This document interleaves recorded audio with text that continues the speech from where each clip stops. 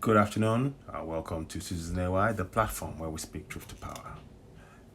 The man in the picture is none other than Professor Howard Nicolas. I think he comes from Netherlands somewhere, I'm not quite sure.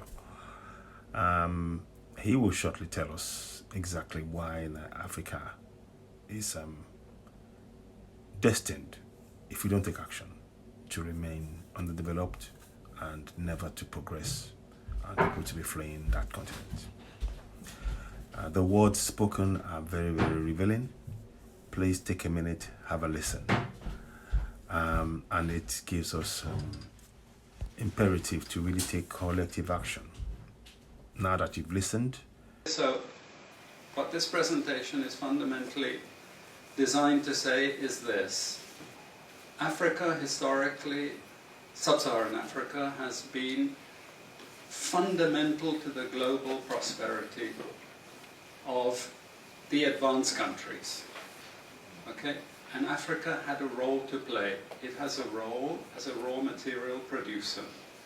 We will not allow sub-Saharan Africa to escape that. Okay, we do everything to keep sub-Saharan Africa where it is, also impoverished. It's absolutely vital for the prosperity of everyone else. So let's get clear about that. Okay, and this means all the economic structures, all the global institutions, and the economics we teach everyone is all designed to keep Africa exactly where it is. And whether it is Europe or US or now China, it's always the same.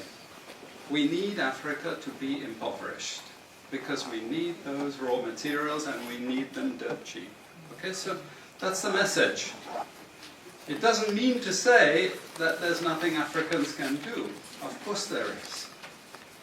Okay? But this is the opposition that they're fighting. This is what it's about. Because if Africa does do something different, I assure you living standards of all those in Europe and North America and Asia is going to fall.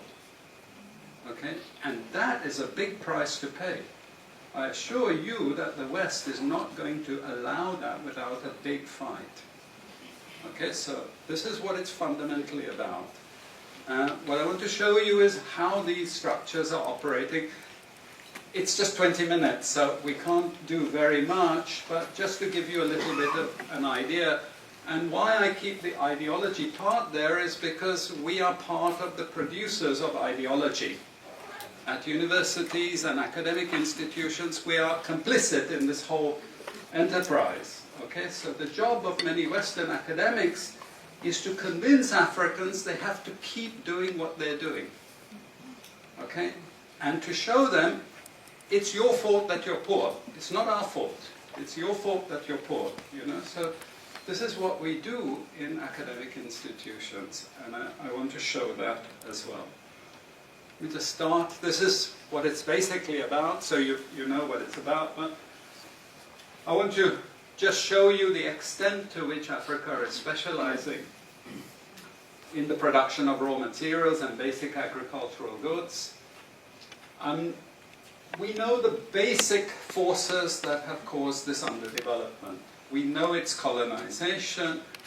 I will not discuss that very much because my colleague speaker is going to go into some aspects of this.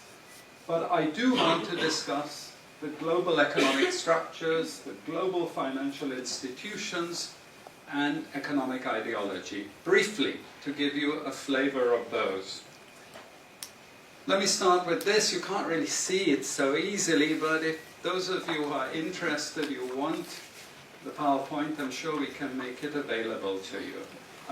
But the thing that you really need to see is the top line. Okay? And the extent of dependency is captured by this statistic at the top. Okay? And you compare it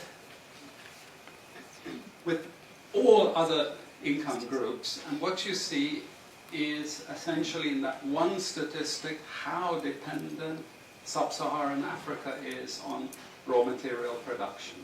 Okay? This is the very heart what makes sub-Saharan Africa beat. Okay? here, you know what we must do collectively. We have to really continue the process of reawakening ourselves. That's the only way to build back Africa.